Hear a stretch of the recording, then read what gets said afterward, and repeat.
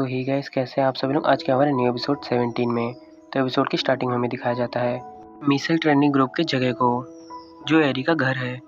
हमें अगले पेज में एरी के ग्रैंडफादर को दिखाया जाता है और वो कहते हैं कि मिस एरियाना वापस आ गई है। हमें अगले पेज में एरी को दिखाया जाता है और वो अपने ग्रैंडफादर को देखकर खुश होती है। हमें अगले पेज में दिखाया जाता है एरी अपने दादाजी के गले लग जाती है और उसके जो दादाजी होते हैं वो कहते हैं कि ईश्वर का धन्यवाद कि तुम सही सलामत वापस आ गई। और वो कहते हैं कि मैंने सुना था कि तुम्हारे ऊपर डाकुओं ने हमला कर दिया था, जिसकी वजह से मैं बहुत ज़्यादा परेशान हो गया था और मैं तुम्हें किसी भी तरीके से बचाने के बारे में सोच रहा था। तभी एरी कहते हैं कि वो अंकल ब्रूस्टर था जिन्होंने डाकुओं के साथ मिलकर हमें धोखा दिया था। तभी एरी के दादाजी एरी के सर पे हाथ रखते हुए कहते हैं कि वहाँ पर जो कुछ भी हुआ है मैंने उसके बारे में सुना है। ब्रूस्टर बहुत ही ज़्यादा लालची हो गया था, वो सचमुच ही मरने के लायक था। और उन डाकुओं ने कैसे हमारे व्यापारिक समूह पर हमला करने की हिम्मत की, मैं इस बार सचमुच उन सभी को खत्म करके आऊँगा। तभी एरी कहती है कि उन्हें रहने दो दादाजी, क्या आप जा रहे हो सचमुच। तभी एरी के दादाजी कहते हैं कि एक राज्य की राजकुमारी जिसका नाम रीस है, वो एक टीम को लीड कर रही है। और वो कहते हैं कि मैंने उस किंगडम के ऊपर बहुत ही ज़्यादा पैसा खर्च किया है जो कि मैजिकल बीस्ट फॉरेस्ट के ईस्ट में है। और वो कहते हैं कि वो अपने साथ 3 बड़े मैजिशियन को भी लेके गए हैं। इससे कोई फ़र्क नहीं पड़ता कि डाकुओं की रैंक कौन सी होगी, वो सभी लोग निश्चित रूप से मरने वाले हैं। इस बात को सुनकर एरी बहुत ही ज़्यादा चौंक जाती है और वो कहती है कि ग्रेट मैजिशियंस। हमें अगले पेज में मैजिकल बीस्ट फॉरेस्ट को दिखाया जाता है। हमें एक छोटा सा खरगोश दिखाया जाता है जो किसी को देखकर वहाँ से भाग जाता है। हमें अगले पेज में दिखाया जाता है बहुत सारे लोग बीस्ट माउंटेन से गुजर रहे होते हैं। हमें एक मैजिशियन को दिखाया जाता है और वो कहता है कि वो सिर्फ कुछ लोगों को मार रहे हैं, यानी कि कुछ डाकुओं को मार रहे हैं, तो वह इस बात पर क्यों जोर देंगे कि हम बूढ़े लोग काम करें, यह बहुत ही ज़्यादा अपमानित होगा। हमें अगले पेज में दिखाया जाता है 2 मैजिशियन और एक इंसान का। वो उनमें से एक कहता है कि हाँ, मिसल ट्रेनिंग ग्रुप ने हमें बहुत ही ज़्यादा पैसे दिए हैं उन डाकुओं को ख़त्म करने के लिए, इसलिए मैं आप तीनों मास्टर को अपने साथ लाया हूँ ताकि कुछ भी गलत ना हो। और उनमें से कोई कहता है कि इस पूरी यात्रा में हमारी हड्डियां दर्द करेगी। अगले पेज में दिखाया जाता है जो स्वॉर्डमैन होते हैं वो अपनी शक्तिशाली शरीर पर भरोसा करते हैं, लेकिन जो मैजिशियंस होते हैं वो अपने दिमाग की ताकत को विकसित करते हैं। मैजिशियंस को बस इतना करना है कि उन्हें बस एक चांट करना है जिसके जरिए वो एक ऐसी शक्ति को समन कर सकते हैं जिससे वो पूरे ब्रह्मांड को खत्म कर सकते हैं। हमें अगले पेज में मैजिशियंस का रैंक दिखाया जाता है। Apprentices, magicians, lesser magicians, great magicians, master magician, successor, great wizard, holy wizard और विजार्ड गॉड होते हैं। उनमें से सबसे ज़्यादा ताकतवर विजार्ड गॉड होता है। वैसे कुछ और भी बातें थी लेकिन वो हमारे काम की नहीं है, तो हम आगे बढ़ते हैं। हमें अगले पेज में दिखाया जाता है एक जगह को जो बिल्कुल ही नष्ट हो चुकी होती है और ये किसी और का काम नहीं, बेल का काम होता है। हमें अगले पेज में एक शख्स को दिखाया जाता है जो उन मैजिशियंस के साथ बैठा था और वो कहता है कि सभी डाकुओं का सफाया हो चुका है, क्या उस बूढ़े आदमी ने किसी और को मेरे अलावा रखा है जो ये काम कर रहा है। तभी वो ग्रीहाउंड टीम को आवाज़ लगाता है और सभी लोग कहते हैं यस सर। तभी वो शख्स उन्हें कहता है कि पता लगाओ कि आसपास कोई गांव है और उन किसानों को पकड़ के पूछो कि यहाँ पर क्या हुआ था। और वो कहता है कि अगर वास्तव में मारे जाने के लिए डाकू नहीं है तो मेरे यहाँ आना बेकार है, मैं इससे बेकार नहीं होने दे सकता, इसलिए मैं इन किसानों से अपनी मदद करवाऊँगा।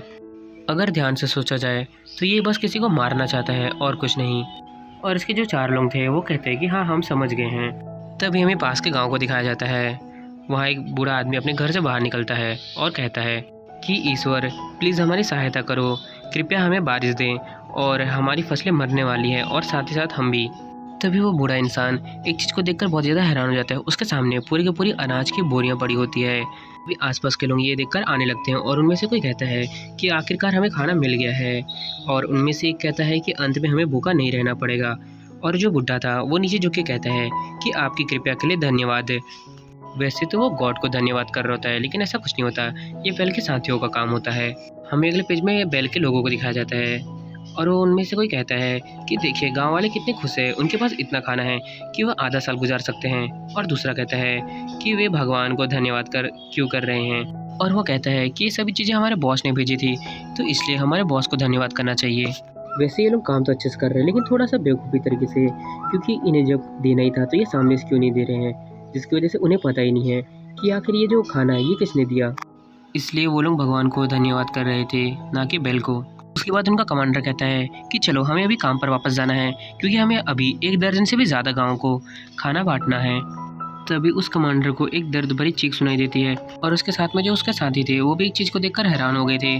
हमें अगले पेज में उस बूढ़े इंसान को दिखाया जाता है जिसे कोई मार रहा होता है और वो कोई और नहीं, ग्रेहाउंड टीम का एक मेंबर होता है और उस खाने को उठाते हुए कहता है कि ये तो डाकुओं के द्वारा लेबल किया गया है, इस पर लेबल लगा हुआ है, इसका मतलब हम जान सकते हैं कि ये किसने दिया है। तभी उन गाँव वालों में से एक व्यक्ति कहता है कि आप शायद गलत समझ रहे हो, यह भगवान की कृपा है। तभी वो ग्रेहाउंड टीम के मेंबर उसके ऊपर एक अटैक कर देते हैं, जिस अटैक की वजह से वो पीछे जाके गिर जाता है और उसके चेहरे से बहुत ज़्यादा खून निकल रहा होता है, जिसकी वजह से उसकी जो वाइफ होती है वो ये देख के डर जाती है। तभी ग्रेहाउंड टीम का मेंबर गुस्से से कहता है कि मैं सिर्फ केवल एक ही बार पूछने वाला हूँ, इन चीज़ों को यहाँ पर कौन लाया है। तभी वो बूढ़ा व्यक्ति जवाब देता है कि हम वास्तव में नहीं जानते कि यहाँ पर क्या हो रहा है। क्या आपको लगता है कि हम डाकुओं को लूट सकते हैं, जबकि हम तो बहुत ही कमज़ोर हैं, बीमार हैं, तो हम भला उन्हें कैसे लूट सकते हैं, और वो हमसे कई गुना ताकतवर हैं। और वो ग्रेहाउंड टीम का मेंबर कहता है कि इन सभी को हमारे साथ ले चलो। और इन सभी चीज़ों को बेल के साथ ही लोग देख रहे होते हैं और वो कहते हैं कि वे लोग कौन हैं, क्या वे नए लुटेरे हैं। और उनमें से कोई कहता है कि वे उन सभी लोगों को लेकर जा रहे हैं और उनमें से कहता है कि तो अब हम क्या करें। और जो वाइस कमांडर है उसका नाम फायर है। वाइस कमांडर गुस्से से कहता है कि तुम इसे वापस जाओ और जाके हमारे बॉस को खबर दो। रॉक और मैं का पीछा करेंगे और पता करेंगे कि उनका मेन ठिकाना कहाँ पर है। और वो कहता है कि मैं उन लोगों को कभी भी माफ़ नहीं करूँगा। और उनका एक साथी कहता है कि ठीक है। तभी हमें बेल और बेल के सभी साथियों को दिखाया जाता है ऊपर से। उनमें से एक व्यक्ति कहता है कि हमारा मोटिव क्या है, तो दूसरा कहता है अगर वो शांतिपूर्वक रहते हैं तो हम उन पर हमला नहीं करेंगे, पर अगर क्या होगा कि वे शांतिवादी नहीं हैं तो हम उन्हें मिटा देंगे। हमें अगले पेज में दिखाया जाता है बेल कहता है कि गुड आंसर, ये रहा तुम्हारा इनाम। और सभी लोग सुन के कहते हैं कि धन्यवाद बॉस। हमें अगले पेज में दिखाया जाता है बेल नशे में होता है और जो दूसरे लोग होते हैं वो बेल को कहते हैं कि आप बहुत दयालु हो बॉस, और साथ ही साथ आप बहुत अच्छे हो। तभी वो वहाँ पर पहुँच जाता है और कहता है कि बॉस बहुत बुरा हुआ है। तभी ये देखकर बेल कहता है कि आप अकेले क्यों लौटे हो, आपका वाइस कमांडर कहाँ पर है। तभी वो बताता है कि डाकुओं के एक समूह ने हमारे द्वारा ग्रामीण को यानी कि गाँव वालों को जो दिया हुआ खाना था उसे चुरा लिया है, और साथ ही साथ उनमें से एक व्यक्ति को मार दिया है जो निर्दोष था। और बेल के हाथ में जो शराब की बोतल होती है वो टूट जाती है। और बेल कहता है कि भाइयों, और जो बाकी लोग होते हैं वो कहते हैं कि हाँ हम समझ गए बॉस। हमें अगले पेज में दिखाया जाता है गांव वालों को। उसके बाद जो ग्रेहाउंड का एक मेंबर होता है वो एक जगह जाकर कहता है कि यो हाइनस, हमें डाकुओं का खाना और साथ साथ उनके कुछ जानवर मिले हैं। तभी वहाँ से एक शख्स बाहर निकलता है और कहता है कि अच्छा काम कर रहे हो। और उनमें से एक जो लड़की होती है वो कहती है क्या तुम मुझे बता रहे हो कि तुम छोटे से गांव के अंदर जाकर डाकुओं को मार नहीं पा रहे हो। अगले सीन में दिखाया जाता है कि गांव वाले बता रहे होते हैं कि हम वास्तव में नहीं जानते श्रीमान। और साथ ही दूसरा कहता है कि जब हम उठे थे सुबह तब हमने घरों के सामने खाना और जानवरों को देखा था जो हमारे ठीक घर के दरवाजे के सामने रखे हुए थे। हमें अगले पेज में दिखाया जाता है कमांडर कहता है कि मुझे लगा ये लोग डाकू हैं, लेकिन ये तो आर्मी है। तभी स्टोन पूछता है कि आप कैसे बता सकते हो कि ये एक आर्मी है।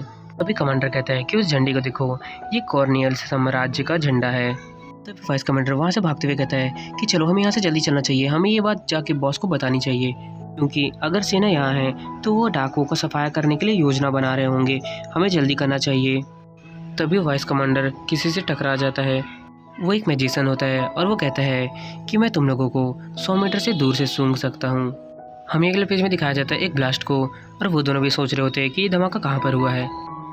और वो कहता है कि लगता है मास्टर वारकिया ने जैकपॉट मार लिया, मतलब उसे कोई मिल गया। इस धमाके को सुनकर वहाँ पे कुछ लोग आते हैं और वो कहते हैं कि वहाँ पर कौन है। वो मैजिशियन सांस छोड़ते हुए कहता है कि बेवकूफ़ो, तुम लोगों को कैसे पता नहीं चला कि हमारा पीछा डाकू लोग कर रहे थे। हमें अगले पेज में दिखाया जाता है वो हाइनेस कहता है कि बहुत ही दिलचस्प बात है, चारों ओर देखो, शायद कोई और भी हो। इस सुनकर वाइस कमांडर खड़े होते हुए कहता है कि नहीं, कोई जरूरत नहीं ढूंढने की, क्योंकि हम सिर्फ 2 ही हैं। ग्रेहाउंड का मेंबर कमांडर के पैर पे तलवार चला देता है और कहता है कि बोलते समय घुटने टेको प्रिय रीस के सामने।